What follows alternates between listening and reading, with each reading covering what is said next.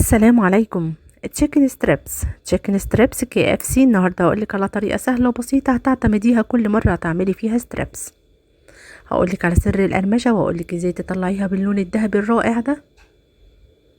وكمان هنا انا في الفيديو قدمتها مع ريزو. انت ممكن تقدميها ساندوتش، ممكن تقدميها حشوات الكريب، ممكن تقدميها مع باستا، ده يرجع لكم. شايفين شكلها وشايفين التسويه عامله ازاي؟ يلا بينا على الطريقه. في بوله هنزل بكوبايه من الدقيق، عليها معلقه من المرقه، بصل باودر، توم باودر، ملح، فلفل اسود، بابريكا، ورشة من الكركم. هقلب المكونات مع بعض وهنزل عليهم كوباية من الماء، وهقلب الخليط مع بعضه. انا هنا حسيته ان هو تقيل، ضفت عليهم نص كوب من الماء تاني، وده الشكل المظبوط للخليط. هنزل عليها بالفراخ بتاعتي. اهم حاجة الفراخ تكون متقطعة تقطيعة مظبوط، ولا تكون تخينة ولا رفيعة ولا طويلة، عشان تبقى مظبوطة معاكي في الشكل النهائي. هنزل بالكمية كلها على الخليط،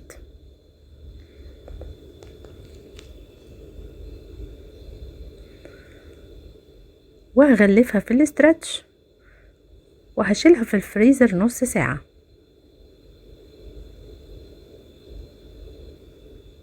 هنا هعمل خليط التغطية: كوباية من الدقيق، فلفل اسود، بصل باودر وتوم باودر ومرقة فورية وبابريكا وملح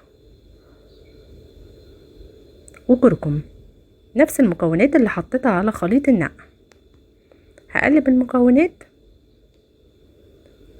وهنا دي شكل الفراخ بتاعتي بعد ما ارتاحت نص ساعة في الفريزر، جاهزة على طول وهشتغل فيها بشكل مباشر.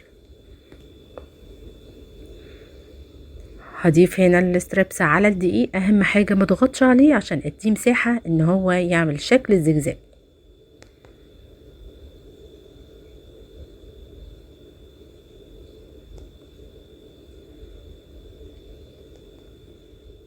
هنزل بالستريبس بتاعي في مصفى،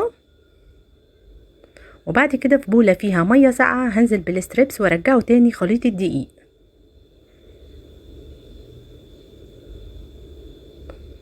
وضروري هنا احطه على شبكة مش على طبق عشان يديني سر القرمشة اللي موضح في الفيديو ده. طاسة فيها زيت ساخن على درجة حرارة متوسطة، هنزل بالستريبس،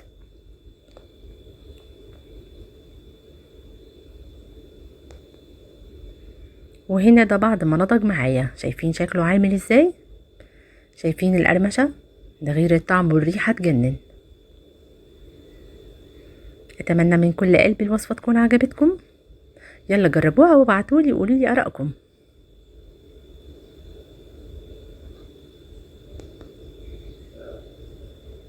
وهنا ده شكل التقديم، تحفة يا جماعة.